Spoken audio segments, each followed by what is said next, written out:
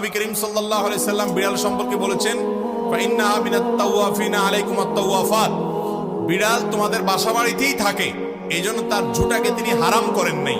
বিড়াল যদি কোনো কিছুতে মুখ দেয় তাহলে কুকুর মুখ দিলে যেরকম হারাম হয়ে যায়, নাপাক হয়ে যায়, বিড়াল যদি মুখ দেয় বিড়ালের ঝুঁটা কি হয় না, নাপাক হয় না।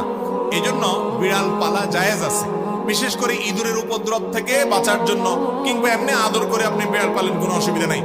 আপনারা সবাই জানেন একজন সাহাবী ছিলেন, নাম হলো আবু হুরায়রা, নাম শুনছেন না, রাদিয়াল্লাহু তাআলা আনহু। ওনার নাম কিন্তু আসলে আবু হুরায়রা ছিল না, ওনার নাম ছিল প্রসিদ্ধ মত অনুযায়ী আব্দুর রহমান। আরো অনেকগুলো মত আছে ওনার নাম নিয়ে, কিন্তু ওনার নাম পরে আবু হুরায়রা উঠে গেছে। কিভাবে? ওনার একটা বিড়াল ছিল, জামার হাতার ভিতরে এই বিড়াল ভরে অনেক সময় মসজিদে নিয়ে আসতেন।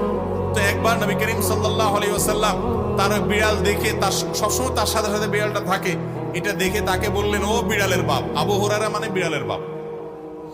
এরপর থেকে ওনার নাম হয়ে গেছে কি, বিড়ালের বাপ। আসলে কি তিনি বিড়ালের বাপ ছিলেন? এটা কথার কথা হয়ে গেছে, রাসূল আকরাম সাল্লাল্লাহু আলাইহি ওয়াসাল্লাম মজা করে বলেছিলেন। তো তারপর থেকে ওই নামে তিনি পরিচিত হয়ে গেছেন।